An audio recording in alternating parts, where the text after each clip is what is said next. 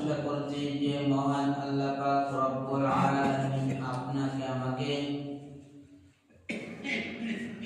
মাহে রমজান মাস উপলক্ষে এই মাহে রমজান মাসের 3টা জুমা, এই তৃতীয় জুমায় আল্লাহ পাক রব্বুল আলামিন তার ঘরে তার ইবাদত বندگی করার জন্য আসার জন্য বসার সুযোগ দান করেছেন।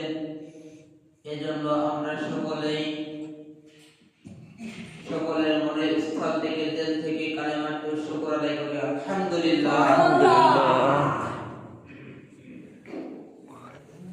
আল্লাহ পাক রব্বুল আলামিন যেই বান্দাকে ভালোবাসে, যেই বান্দাকে মহব্বত করে, ওই বান্দাই কিন্তু আল্লাহর দ্বীনের কাজ করতে পারে। আল্লাহ পাক রব্বুল আলামিন তাকে দিয়েই আল্লাহর দ্বীনের কাজ করায়। যেরকম দেখেন এখন না আম গাছ বলছে, এই আম গাছের গোল যে পরিমাণ আসছে ওই পরিমাণ যদি আম থাকে গাছ টিকবে, কিন্তু ওই পরিমাণ আম থাকবে না। কিছু আম পাতায় পড়বে, ঝরে পড়বে, নষ্ট হয়ে যাবে, সব ফেনি মাইরে ওর বদনাম কি গাছে থাকবে।